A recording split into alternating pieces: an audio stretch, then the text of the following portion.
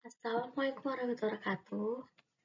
Perkenalkan, nama saya Novi Rahmawati dari semester 5 Sekolah Tinggi Ilmu Tarbiyah Masjid Al-Amin.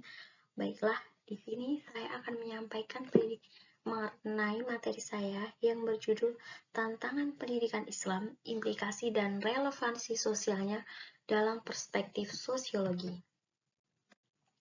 Baiklah, teman-teman, di sini yang pertama saya akan menjelaskan mengenai pengertian tantangan pendidikan Islam. Pendidikan merupakan istilah yang mudah diucapkan, tetapi sulit didefinisikan. Kesulitan ini menurut tafsir dikarenakan banyaknya jenis kegiatan yang dapat disebut sebagai kegiatan pendidikan dan luasnya aspek yang dibina oleh pendidikan. Hakikat pendidikan tidak terlepas dari hakikat manusia karena secara ontologis adanya pendidikan dikarenakan adanya manusia.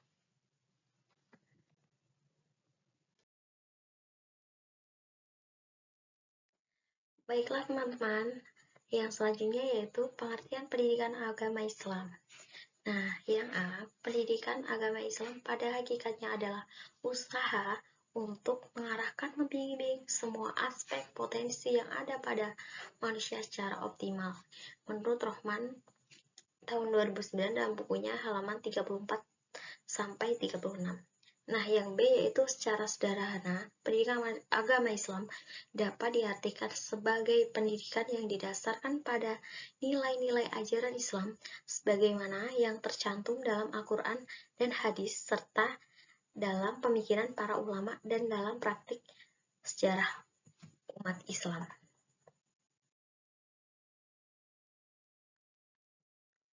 Baiklah teman-teman, saya akan melanjutkan menjelaskan mengenai tantangan pendidikan Islam. Di sini saya akan menjelaskan ada dua faktor tantangan dalam pendidikan Islam itu, yaitu ada faktor internal dan faktor eksternal. Yang pertama, faktor internal. Apa saja sih faktor internal tersebut? Yang ke satu yaitu mengenai relasi kekuasaan dan orientasi pendidikan Islam. Tujuan pendidikan pada dasarnya hanya satu, yaitu memanusiakan manusia atau mengangkat harkat dan martabat manusia atau human dignity. Jadi pentingnya kita untuk memanusiakan sebuah manusia. Kenapa? Karena kita harus saling toleransi, menghargai sebuah perbedaan gitu, supaya kita mampu menyalurkan materi pendidikan Islam tersebut secara menyeluruh, tidak ada paksaan gitu. Nah, yang kedua yaitu masalah kurikulum. Di sini sistem sentralistik terkait erat dengan birokrasi atas bawah yang sifatnya otoriter, terkesan pihak bawah harus melaksanakan seluruh keinginan pihak atas.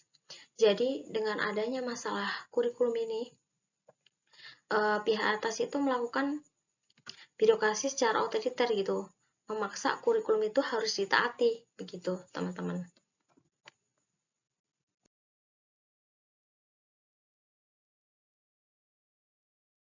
Nah, yang selanjutnya yaitu yang ketiga mengenai pendekatan dan metode pembelajaran.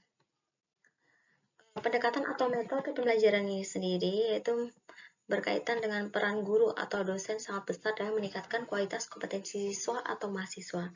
Yang keempat ada profesionalitas dan kualitas sumber daya manusia. Salah satu masalah besar yang dihadapi dunia pendidikan di Indonesia sejak masa Orde Baru adalah profesionalisme guru dan tenaga pendidikan yang masih sangat belum memadai. Yang kelima yaitu biaya pendidikan. Faktor biaya pendidikan ada hal penting dan menjadi persoalan tersendiri yang seolah-olah menjadi kabur mengenai siapa yang bertanggung jawab atas persoalan ini.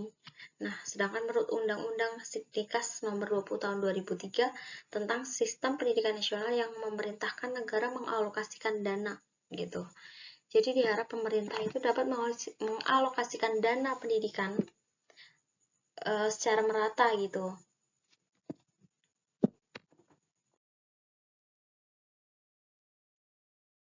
Nah, yang selanjutnya yang kedua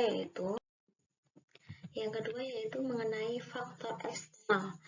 Di sini faktor eksternal internal dibagi menjadi 3. Yang pertama ada dikotomi, yang kedua ada two general knowledge, yang ketiga ada lack of inquiry. Nah, yang pertama yaitu dikotomik. Masalah besar yang dihadapi dunia pendidikan Islam adalah dikotomik dalam beberapa aspek, yaitu antara ilmu agama dan ilmu umum. Yang kedua ada two general knowledge. Kelemahan dunia pendidikan Islam berikutnya adalah sifat ilmu pengetahuan yang masih terlalu general gitu, terlalu umum dan kurang memperhatikan kepada upaya penyelesaian masalah. Nah, yang ketiga ada lack of spirit of inquiry. Persoalan besar lainnya yang menjadi penghambat kemajuan dunia pendidikan ialah rendahnya semangat untuk melakukan penelitian atau penyelidikan. Nah, yang selanjutnya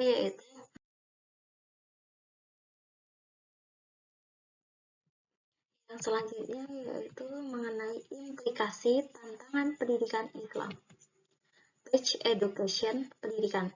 Page education pendidikan yaitu sebagai mempromosikan pengetahuan, keahlian-keahlian, sikap, dan nilai-nilai yang diperlukan untuk membawa perubahan tingkah laku peserta didik. Dalam implementasinya, page education menghubungkan kecerdasan intelektual, suprarasional, dan kesadaran spiritual, suprareligius pada puncak pencapaiannya daya kreativitas peserta didik.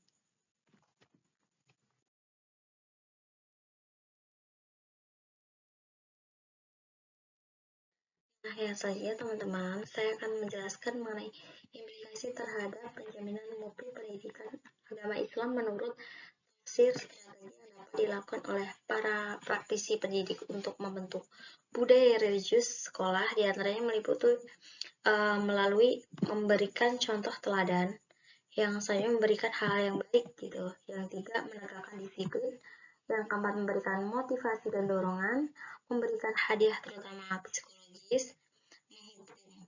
Jadi menghukum ini tidak semata-mata menghukum ya teman-teman, mungkin dalam rangka kedisiplinan.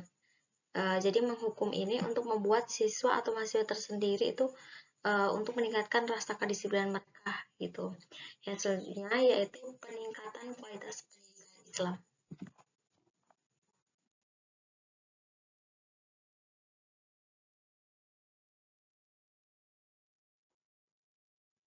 Jadi, dari beberapa pembahasan yang telah dijelaskan tadi, maka dapat disimpulkan bahwa terdapat dua faktor problematika atau tantangan pendidikan Islam tersebut, yaitu faktor internal dan faktor eksternal.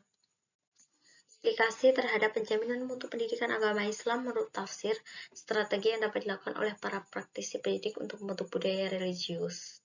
Gitu. Jadi, strategi itu digunakan untuk membentuk budaya religius.